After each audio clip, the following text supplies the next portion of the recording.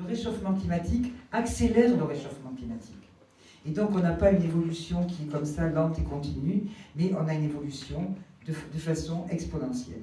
Et avec des effets de seuil et des effets de bascule. Au-delà d'un certain seuil, on sait qu'il peut y avoir des phénomènes d'emballement. On sait que les océans, au lieu de capter le carbone, ce qu'ils font massivement aujourd'hui, eh bien, il peut y avoir un seuil au-delà duquel ils vont rejeter le carbone qu'ils ont emmagasiné. Nous savons aussi qu'il y a des phénomènes d'irréversibilité sociale et culturelle.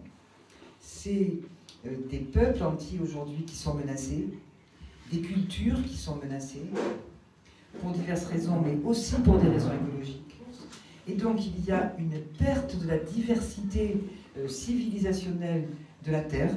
Il y a une perte en biodiversité, mais il y a une perte aussi en sociodiversité, perte des cultures, perte des langues. Le nombre de langues qui disparaît tous les ans est absolument énorme.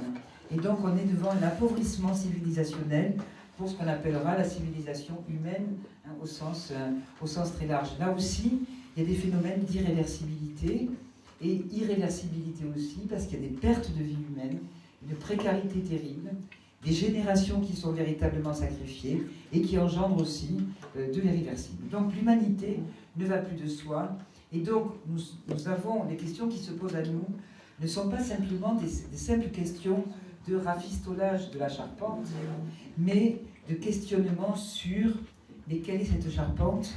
Comment nous pourrions reconstruire la charpente de la maison commune, cette charpente qui est très largement aujourd'hui abîmée et détruite dans certains endroits. Donc, ce sont des questions de civilisation qui se posent à nous aujourd'hui.